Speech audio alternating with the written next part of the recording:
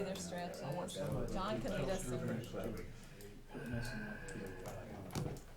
Oh, for heaven's sakes. You know what I'm talking about? I know, but Ted's the one who did it anyway, so Ted did it? just stop. John could lead us in exercises. He did so well the other day at a meeting we were attending. I'm still tired from that meeting. All right, we'll begin with the Pledge of Allegiance. I pledge allegiance to the flag of the United States of America and to the republic for which it stands, one nation under God, indivisible, with liberty and justice for all.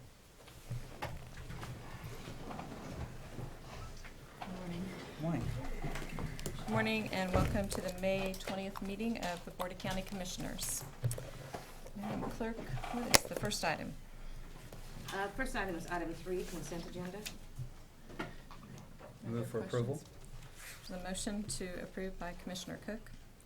I will second that, but I also wanted to make a couple of notes. Number one, I want to remind department heads that fiscal information or fiscal note is required now on all cover and memo documentation. The other thing I would like to ask is that when we submit documentation either for consent agenda or any other item, that we include, where possible, how it benefits our customers, what we're doing, whether it makes us more efficient, more effective in delivering services, but essentially how it helps our customers, because I think that's why we're here, to serve customers. So if you would include a note, a couple of sentences on how we do that, along with fiscal note information, it would be sincerely appreciated, and I think I did second the motion. There's a second by Commissioner Archer. All in favor of the motion say aye. Opposed, no. Motion carries 3-0. Item 4, new business. A, County Clerk, number 1, consider all voucher payments.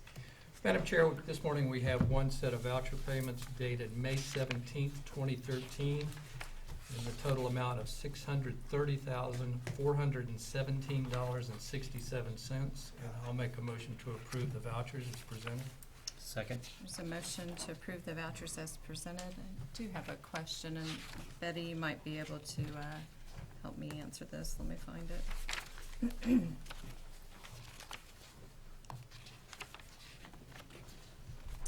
Which was...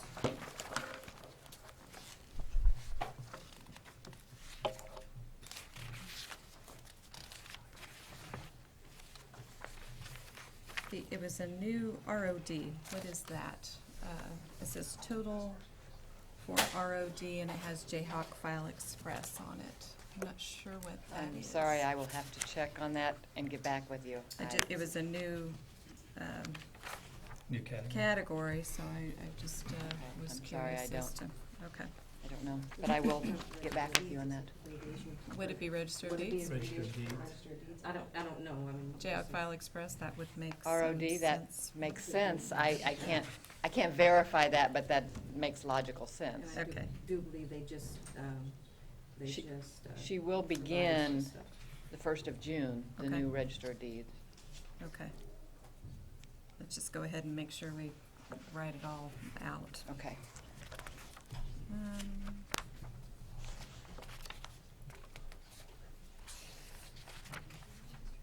I think that was my only question.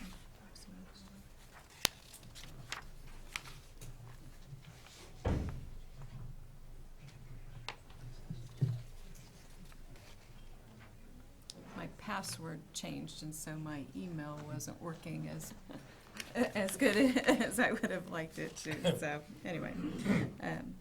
Do you want me to try to get you an answer? No, that's fine. That's fine. That's the main one I wanted to check. Okay. All in favor of the motion, say aye. Opposed, no. Motion carries 3-0. There are no correction orders today. Item B, Parks and Recreation, number 1, consider approval of a request for a sole source vendor for advertising in the Topeka Visitors Guide in an amount of $2,100. Good morning, Commissioners. Randy Luby, Parks and Recreation. We advertise a couple ads in the Visitor's Guide each year, and this year it went over the $1,500 mark. It is an advertising tool we use in distribution of about 50,000 guides per issue, so it is an area that we like to touch on. Just asking your approval. Glad to answer any questions. Thank you, Randy. Any questions? Motion to approve. There's a motion to approve by Commissioner Archer. I'll second the motion. Discussion? All in favor of the motion, say aye. Opposed, no. Motion carries 3-0. Thanks, Thank you, Randy. Commissioners. Item B2, consider approval of request for a sole source vendor for parts for the mini train at Gage Park in an amount of $4,176.55. Morning, Commissioners. Terry Birtles, Parks and Recreation. The mini train in Gage Park is a Herschel mini train. The Allen Herschel Company is the only company left that makes parts for that train.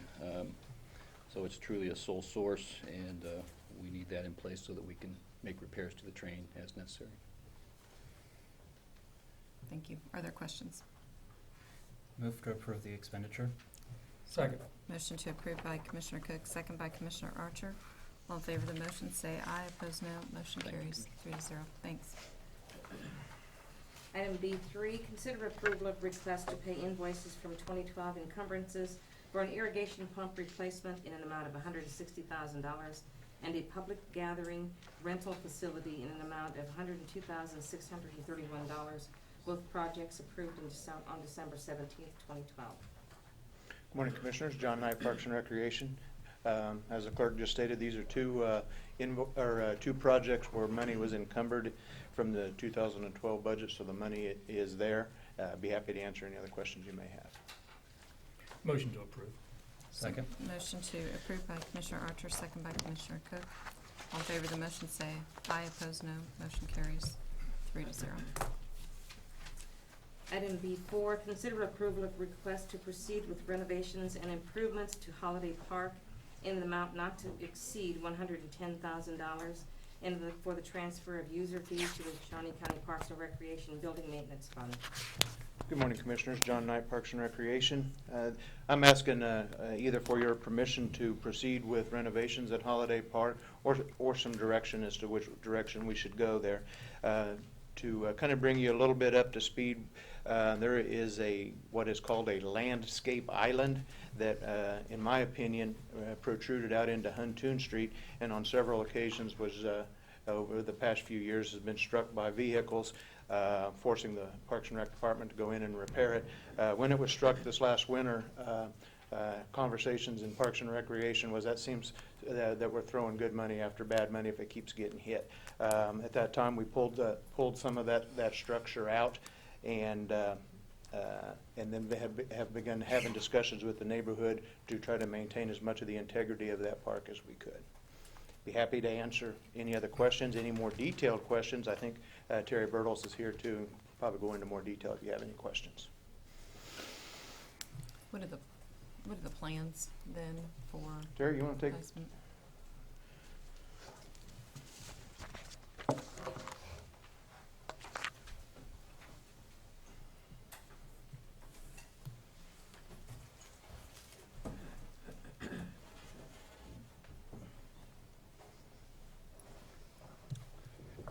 Okay, this goes back a long time, as far as this, what I call traffic control device, what some people might call park are concerned. The structure has been hit many, many times over the last, I don't know, 25 years, during my tenure with the city of Topeka. During the last year and a half of it being there, I think it got hit 3 times. From at least 2 different directions. Commonly we'll have people hit it. This is Huntoon. We'll have people hit it from this direction. But we actually had a police chase that they hit it from Taylor, I guess it is. It's just been hit a lot. And when John says that we had discussions with the neighborhood, we did. I had phone conversations with several neighbors. I don't know that I would say they rose to the level of discussions as much as, I know when I'm beat. We're throwing in the white towel on this one, things like that, because it was obvious that this thing was not working very well as a traffic control device, and it certainly wasn't working well as a landscape island. So, one of my last conversations was, we're gonna take this thing out with the neighborhood, and I don't think that, I didn't think anybody would be surprised about that. And I had some ongoing conversations with the city of Topeka, Linda Voss, traffic control, or traffic engineer, Kent Pelton, who's with traffic, a gentleman who's in their shops down that actually does road maintenance. And I thought we were kind of on track to take this thing out and have something come back in its place. But I guess I overstepped, at least where I thought we were. I think the captain in Cool Hand Luke said it best when he said, what we have here is a failure to communicate. So I think that's where we ended up. So we took the thing out. The neighbors, of course, were upset, and we started talking about what we might be able to do to replace it. And again, this is the traffic island, the dash lines, the hash lines out there. What we're proposing is to move it back. And again, I didn't want to do anything that was kind of outside the scope of my expertise. I'm not a traffic engineer. I wanted traffic engineers to look at this and tell us, yes, this is okay, and ideally to provide us with a design that they felt was going to be okay.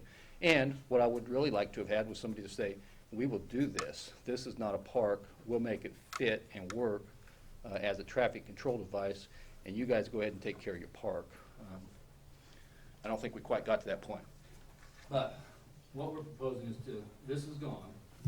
What we're proposing is to move it all back into the park a little bit and out of the roadway, and to connect it to the existing park property.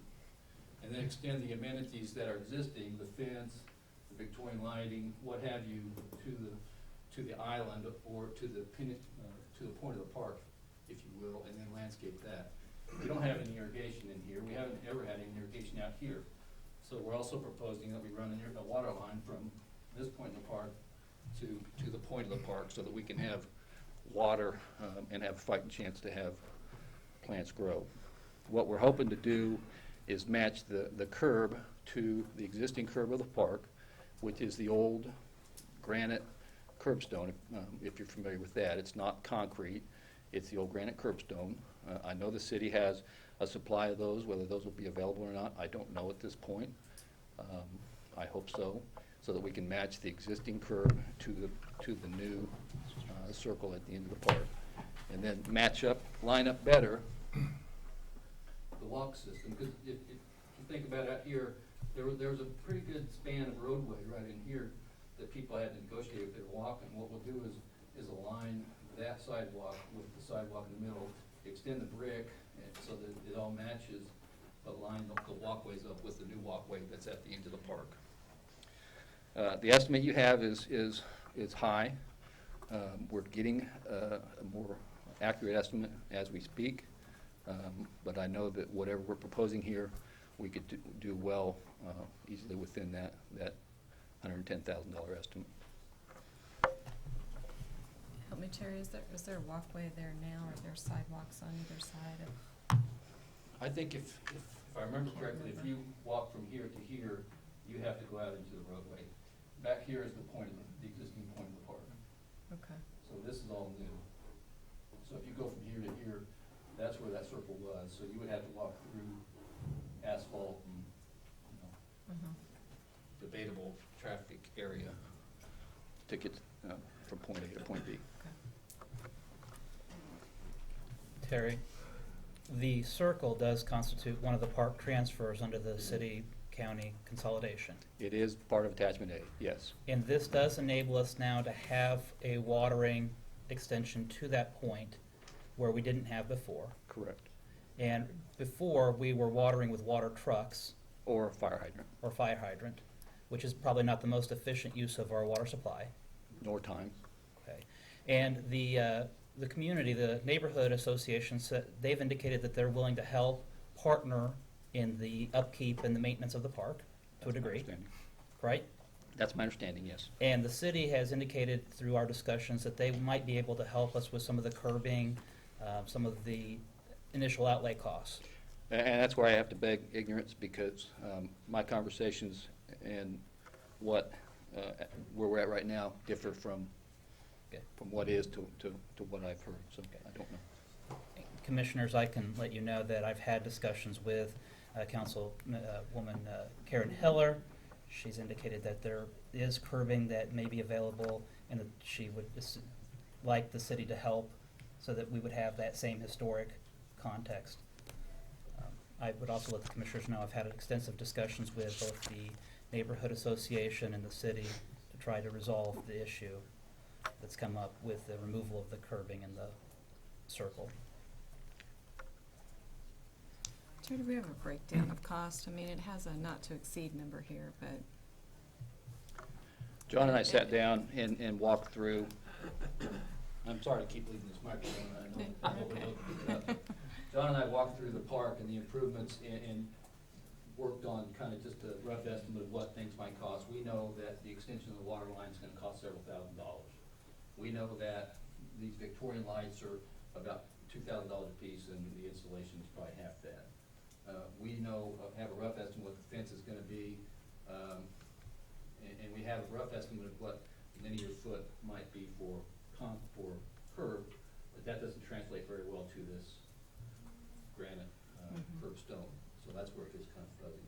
And of course, I think we had pretty good estimates on breaking pieces down to $2,000, $3,000, $4,000, $5,000 increments, and then we added in another half for labor costs.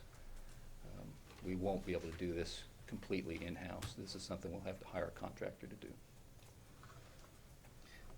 Terry, would you anticipate doing it all at once or in a series of stages? Well, I think at this point we're talking about all at once. The $110,000 would certainly cover all at once. The last time I met with the city of Topeka and had a conversation, and Bill Rippon and I, our park planner, had talked about phasing it in, with phase 1 being the curbstone, the water line, and then follow up with phase 2 to include some other things further back in the park. But what you have before you is a turnkey project.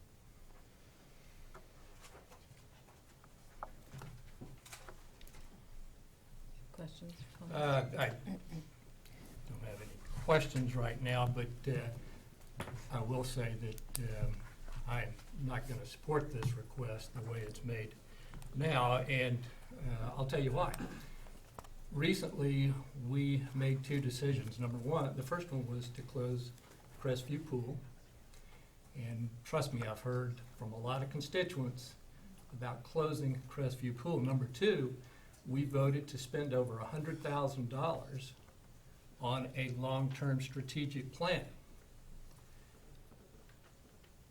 And I had email conversations with Mr. Knight this weekend, and my question was, tell me how I can tell my constituents that we have to wait for our $100,000 strategic plan before we can start talking about a pool to replace Crestview, but we can spend $110,000 now on a small neighborhood park.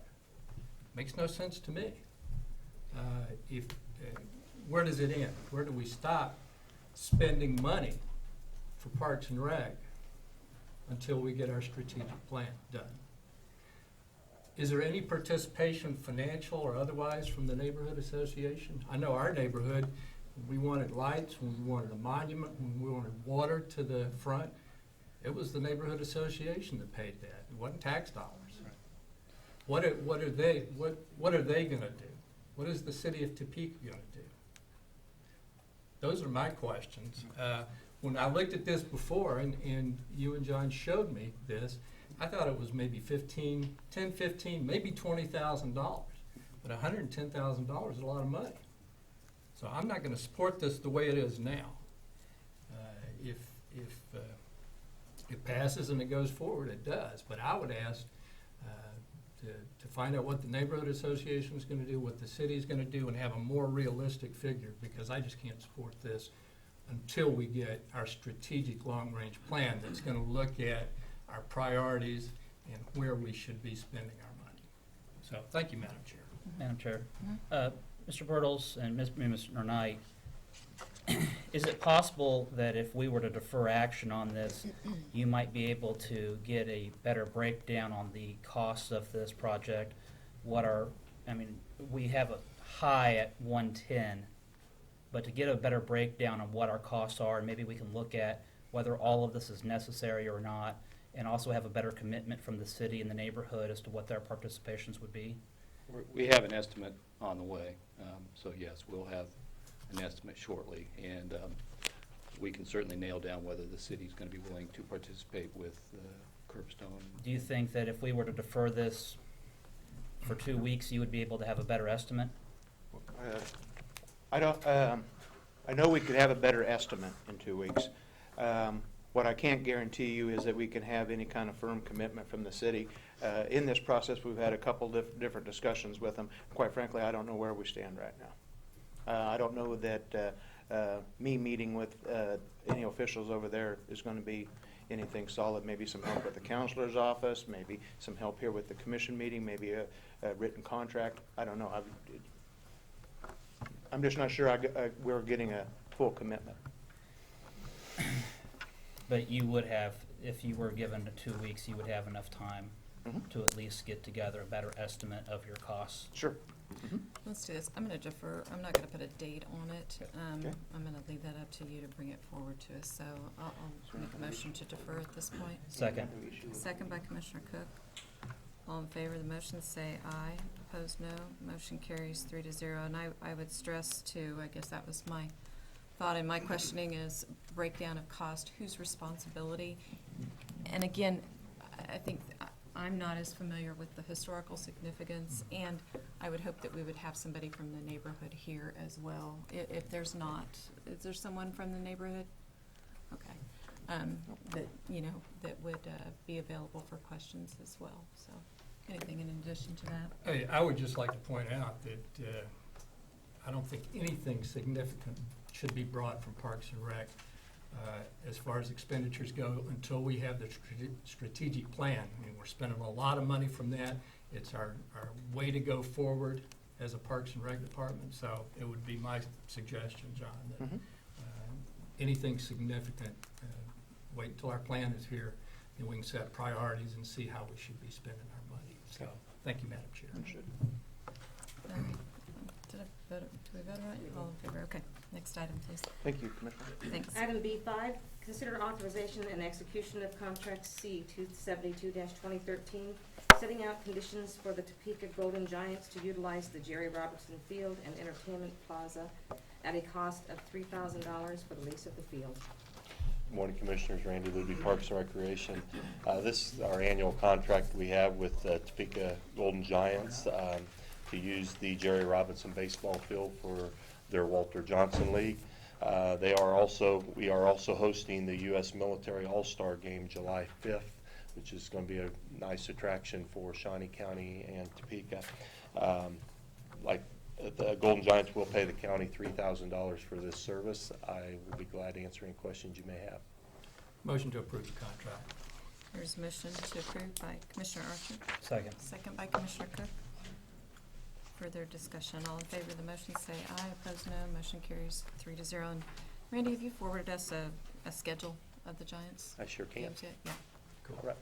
Good. Thank you. Thank you. Item C, Community Corrections, number 1, consider authorization and execution of contract C 270-2013 with the Juvenile Justice Authority for grant funding in a total amount of $1,244,939. Good morning, Dinah Pennington, Shawnee County Community Corrections. This is our grant conditions agreement with the Juvenile Justice Authority for our graduated sanctions program, our prevention program, and tertiary program. And besides having your signature and the JJ Commissioner's signature, we have each program director also sign the agreement so that they're committing to those conditions. And we keep those on file for future audits. And in terms of accountability to the community, I'd say, I mean, that's it. It's accountable that they're spending the money the way they say they're going to. Thank you. Other questions? Move approval of the contract. Is there a second? Second. Second by Commissioner Archer. All in favor of the motion, say aye. Opposed, no. Motion Motion carries 3-0. Thank you. Item 5, administrative communications. Morning, Commissioners. Larry Ma, Shawnee County Treasurer. I want to take just a moment to clarify a comment made in last Thursday's commission meeting. Commissioner Cook correctly noted that we had an average balance of $8 million in our checking account at the bank. That was correct. However, that was distorted because we are in the process of changing banks, so our average daily amount, which would normally run 12 million, looks like 8 million. So I just wanted to make sure that we understood that. Thank you very much. You're welcome. How is that going, by the way? Very well. I will note we've had a little bit of a problem with the second half payments. It has to do with the mail. And we've had as much as 8 to 14 days worth of delay in receiving the mail. So we extended our lockbox another week. Okay. I think we'll work through that, but I want to assure the public that we will note the postmark date, so they will not be paying interest because of our delay in the mail service. Okay. Thank you. Other than that, it's going very well. Going well. Good. Good. Thank you. Anyone else for administrative communications? Item 6, executive session. Is there a need for executive session? I would move for executive session for attorney-client privilege matters and also for preliminary discussions relating to the acquisition of property. For a period not to exceed 10 minutes. 10 minutes. Sure. I'll talk Second. fast. Optimistic. Second by Commissioner Archer. All in favor of the motion, say aye. Opposed, no. Motion carries. Any action anticipated? None. None. All right, we'll be back. I'm taking this with me. I still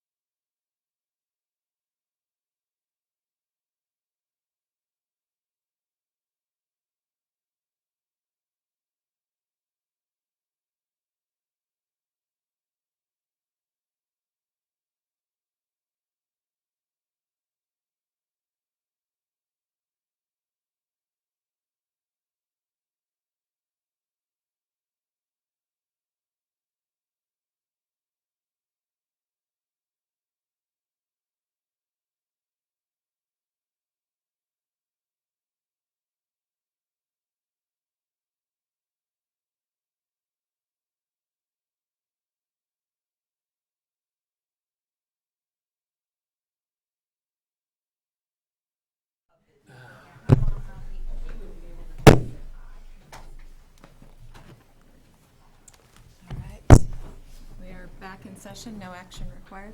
We are adjourned. Thanks.